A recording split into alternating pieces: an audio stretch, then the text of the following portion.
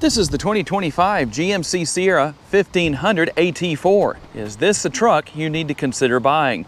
Hey everybody, it's Tom from Vehicle Visionary. I hope you're having a great day. I borrowed this truck from my friends at Mike Morgan Buick GMC in Shreveport, Louisiana to tell you all about it. If you want to know more, check out the link in the description of the video and tell whoever you talk to at the dealership, if you happen to come in, that Tom from Vehicle Visionary sent you. The exterior color on this model is Thunderstorm Gray. We're going to have the red recovery hooks down here on the lower portion of the front end. The AT4 logo prominently displayed, and LED headlights, LED daytime running lights, and LED fog lights.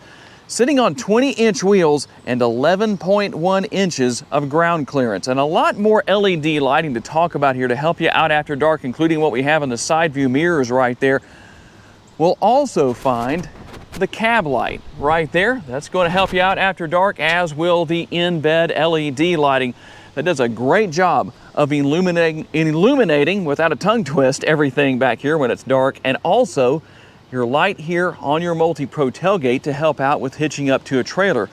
Also LED tail lights. To turn on the exterior lighting that I just showed you, here is the lighting for your in-bed LED lighting, and your cab light and the button right here is for the lighting on the mirror and the tailgate. Your side view mirrors are power adjustable. They're power folding. I'm going to push the button right here just to show you that. You can also go into your infotainment screen and change the settings so that they fold and unfold every time you lock and unlock the truck. They're also heated, and you'll find your blind spot monitoring built in. Under the hood is the 3-liter Duramax diesel. Makes 305 horsepower and a strong 495 pounds-feet of torque. All of that is mated to a 10-speed automatic transmission. How about your MPGs? 22 city, 26 highway, 24 combined, and 4.2 gallons of gas per every 100 miles driven. When you fill up, you will be filling up a 24-gallon fuel tank. To make it easier to get in and out of the truck, you're going to find the assist steps. Now, these are not power assist, but I don't think that's too big of a deal to most people. Here is your remote. You can see everything that's there. Lock, unlock, remote start. You can open your power tailgate. And to use remote start, I'm going to show you something here. You don't have to lock the truck for this to work. You'll notice I just unlocked the truck. All I'm going to do is hit that button 2 times and the truck starts right up. Something that some of you may or may not know about that changed in the last few years. We'll turn that back off one more time and take a look at the door handles here to show you that you had the passive entry. That button right there, you can lock and unlock all 4 doors using that button if you want to. I would like to see that on the rear doors in addition to the front doors, but that's just the way it is. And to make it nice and easy to get in and out of the bed, if you don't want to open the tailgate to do that, or just to reach inside, we have the bumper steps right here. A nice convenience. 13,200 pounds of towing capacity. Very impressive. I like the dual exhaust outlets back here. Gives it a nice look. Another AT4 logo displayed on the tailgate. 1,670 pounds worth of payload is what you're going to find here. And the multi-pro tailgate that does a lot. I don't know how many of you do or do not know about this tailgate, but as you can see, it functions as a regular tailgate. But that's not all you can do. We can also open this area and either use this as a table. You can also use it to allow things that you may not want sitting up quite as high to stick out of the bed if you need to, but you can also raise this area that's ultimately meant to be used as a step when it's in this configuration and the tailgate is lowered. But you can also use this as a bed extender. If you wanted something to butt up against that, you could do that, make things nice and simple. But that's not all we have. In fact, there's actually another way to use that as a bed extender, just like this. So that's option number 2 where that is concerned. But something that I know on my personal truck, which is a 2500, that I really like is I'll lower that area down. Maybe I need to untie something back here that I've got on one of the tie downs, or just reach into the rear portion of the bed but don't need to get all the way in. I can drop that area, and that allows me to be able to gain access deeper into the bed without actually getting in. But when you do need to get in, you just drop that area down, and there is ultimately the ultimate use for this as a step. A little bit of a graphite style kind of grip tape like you would have on a skateboard material right there to make sure that you don't slip. And we also have the grab handle right here if anybody needs that. I also like the fact that you have your bed liner. There are 3 tie downs back here, 3 in the front on each side, and you can also see your additional 2 in the center area right there. You will also find a power outlet right here.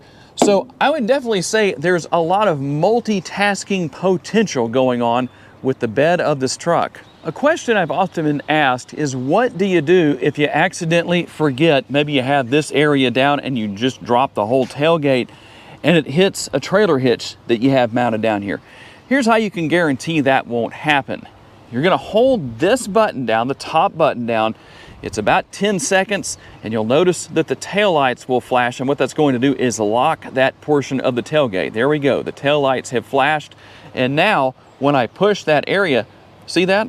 Pushing the button, nothing happens. But I can still open the tailgate in the conventional manner, and then you obviously repeat the process to unlock it when you need to do so. The interior is jet black with Kalahari accents. You're gonna see the contrast stitching and the piping right here, and obviously our accent colors throughout the seats. Tons of room. Armrest offers plenty of space. The door bin, plenty of space. There's a nice large bottle holder right there. And you'll also find space underneath the seat cushions. You can raise both sides up. And something I didn't mention earlier in the video is the fact that you have a spare tire located underneath the rear of the truck. There are the tools to change that tire. And you also have a block heater. Here's your cable for using that block heater. And if you're wondering where that is, let me walk up here to the front of the truck just so you can know it's going to be located right here. One of my favorite features that adds a good bit of storage capability beyond what a lot of other trucks do is the in-seat storage. One on each side, the passenger and the driver's sides here in the rear area. You'll also find the carpeted inserts. I don't know if I can get my finger underneath there to get that out and show you. Let's see if I can do that. A little bit of a trick. There we go.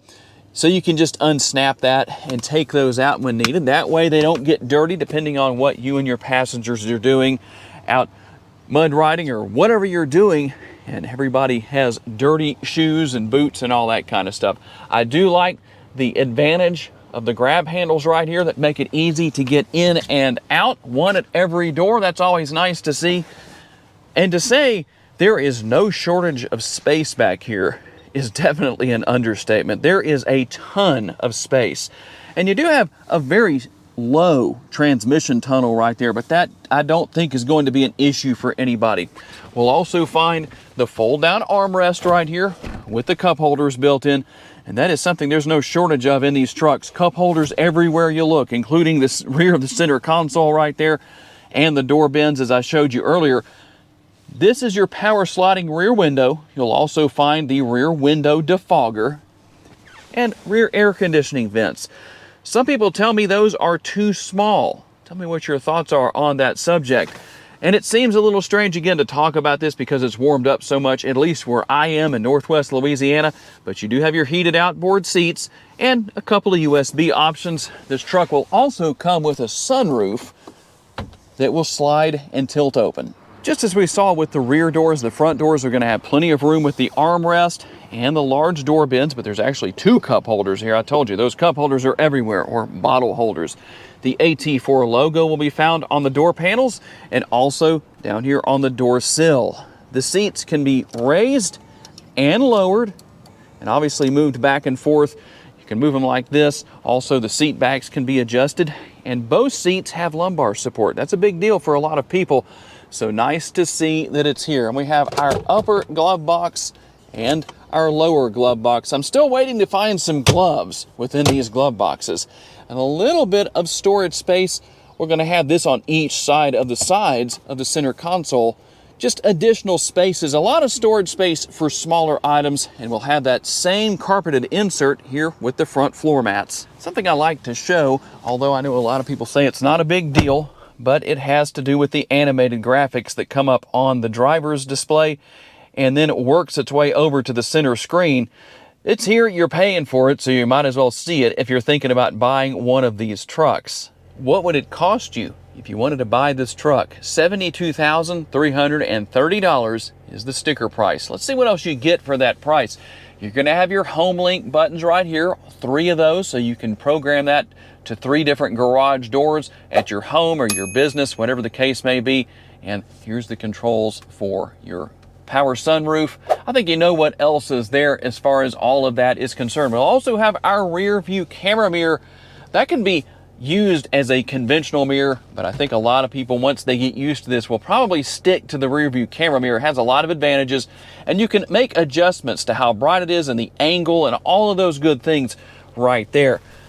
Over here on the driver's side door, we're gonna have seat memory. I do think that should be on the passenger side door, although it's not. That should be available for the passenger since it's here on the driver's side. Just my thought on the matter. All of your controls here for your power mirrors and windows, and then your lock and unlock. There's your power parking brake, and you already know that you can control everything here for your headlights and the other exterior lighting on the truck right here. How about your drive modes? This is your drive mode selector. Let's see what those drive modes are.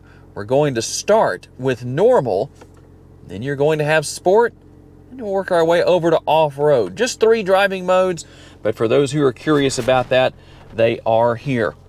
And a nice, bright head-up display that offers a lot of information. I hope you can see that okay. I don't know how well my camera is picking that up, but there are quite a few options as far as what you can display. If you just want to see your speedometer up there, you can do that. It just depends. And you adjust everything right here. Here's how you adjust the angle, and then the information and the brightness. And the driver's display. In fact, let me get the steering wheel up just a little bit out of the way here. This is a power adjustable steering wheel. It's tilt and telescopically adjustable. In the event that you want to change what you see on the driver's display, just arrow over right here to display layout, and then I'm going to use this scroll wheel right here to do that. Now you have several presets you can go through if you want to. So depending on how you want that to look, here are your different presets. So there's progressive. We'll go to digital next, and then we'll go to clean. And you don't have to go with these presets. You can individually change each section. And I'll come back here and show you how to do that. So you can see there's left side, right side, lower gauges, info pages, units, speed warning. You can see what all is here. I'm not going to talk about everything, but there's a lot going on here. And if you want to reset to defaults, then you do that. If you want to start over again, whatever the situation is, and then you can arrow back out. You can keep arrowing over and get to a lot of different information depending on what you want to see and know about what's going on with the truck. But there are a lot of customization options. You're going to have your paddle shifters on the rear of the steering wheel, and then you'll also have everything for your volume control and changing stations or whatever you're listening to over on the left-hand side. So it just depends on what it is you want to do. And one of my favorite features that came out of these trucks a few years ago is the updated infotainment screen. It's large, 13.4 inches, but it's very easy to use. It has Apple CarPlay and Android Auto. As you can see right here, Apple CarPlay right there, they're grayed out because I haven't paired a phone, and Android Auto. And you wirelessly pair your smartphone. You also have Google Assistant, so you can say, hey, yeah, I probably scared some of you thinking, you're going to set off devices in my house. That's not funny. Well, maybe it is the first time, but not the second time. But a lot going on here, and we'll go through our camera views real quick and show you what all is here, because there is a lot. In fact, you actually have a front camera washer. If you want to know about, if you see there's a little notch that sticks out on the front by the front camera, and it goes off every time you push this button and run the windshield washer fluid. You don't have to have it on the screen for that to work. But in case you were wondering about that, or maybe you saw some fluid up there and wondered what it was, that's what it is. There's your rear view camera. And we also have our overhead views right here. Quite a bit going on. You can see from every angle possible your side view mirror cameras. And we'll go right here and take a look. And go back over here and we'll take a look at our bed camera. You can zoom in if you need to, depending on what you need to see and how well you need to see it back there. So there's a lot going on here as far as that goes. Great technology, easy to learn and easy to use. You also have the Play Store right there, depending on what you want to do or what you might want to add. And when we go in here into settings, there's a lot to talk about, but I'm just going to focus on a couple of little things here. I will go through and show you some of what's here, but I want to go back up here to vehicle. because there's a few things that you definitely want to know about. You can turn the rear seat reminder on and off, buckle to drive the same way. I do recommend you use your seatbelt when you drive, but you know what? If I was moving the truck around and changing the angle in the parking lot where I am, I wouldn't need to put my seatbelt on to start the truck, or put it in drive, I should say. You can start it without the seatbelt on, but buckle to drive, obviously, that explains itself. It's convenient, depending on where you need to go. And how about your safety features? Let's talk about our collision detection systems.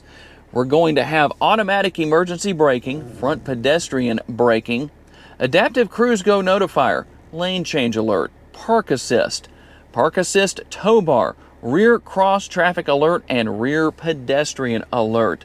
And you can change so much here. You can go into a lot of different information.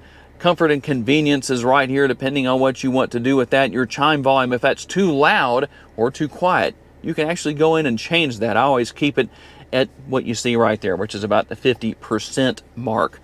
But you can see what's here, and you can figure it out without me telling you too much about what's going on. A very simple system to use, but I like that it looks more modern than what the previous generation had. At least that's what a lot of people think. I tend to agree with that. And one more thing I did want to say real quick. Heated steering wheel as well. I would love to see a manufacturer come out with a ventilated or cooled steering wheel, because we do have cooled or ventilated seats right here, and these work very, very well. You also have the heated seats, depending on what you want to do with that. Your dual zone climate control is here. There's your button to start and stop the engine. And then you can see some of our one-touch buttons down here, including turning off that pesky auto stop start that I know a lot of you wish these vehicles didn't even have. Now, you have some storage space right here and a couple of USB ports. And you might think, if you haven't looked at one of these trucks in a couple of years or so, why is there no wireless charging pad? Well, there is. It's just in a different location. It's right there. So if you were wondering, that's where it is. And you do want to make sure that you seat your phone flat against that and all the way at the bottom, or what will happen is it won't connect properly and won't charge when you're driving down the road. And you'll actually get an indicator up here on the screen right here. If it's green, this is where it's going to be. It will be green, or it will have an orange icon up there that lets you know that it's not charging like it should be. There's your shifter and everything for your trailer brakes right there, and a ton of space with the center arm or center console that doubles as an armrest, and plenty of room within. If you want to take that tray out, you can do it. Plenty of room there. And then we also have, let's see if I can get that back in there, also have our power outlet right there and our USB options. All right, here we go on our test drive, and there's not a lot that I can say that hasn't been said before about this truck, but it is enjoyable to drive. It rides like a truck, but you have a very unique sound when it comes to what the engine sounds like with this 3-liter diesel under the hood. But the main thing I wanted to show you on this test drive was the fact that you can leave the cameras on, and that has a huge advantage. I recently moved into a new house with using my GMC 2500. I had a lot of boxes and different things in the bed, and so I couldn't see out of the back window. And it's not that I can't drive with my side view mirrors, I can, but I thought, well, why not just take advantage of the camera? So I just left the rear view camera on so that I could just glance down there every once in a while. My truck doesn't have a rear view camera mirror in it because it's the SLT trim level, but that worked really well. That can have a lot of advantages. And you don't have to leave it on one particular camera. You can leave it on any of the cameras you want to, and it will stay on the whole time. Now, this truck definitely gets up and goes when you need it to, even though the horsepower is not quite as impressive to me when I hear the numbers, at least, as the torque numbers are. But both working together do a great job to get this truck down the road. And let's see if I can avoid the curb right here. There we go. Enough turning radius if you use it correctly to get the job done. And I'll let you listen to the motor for a few seconds.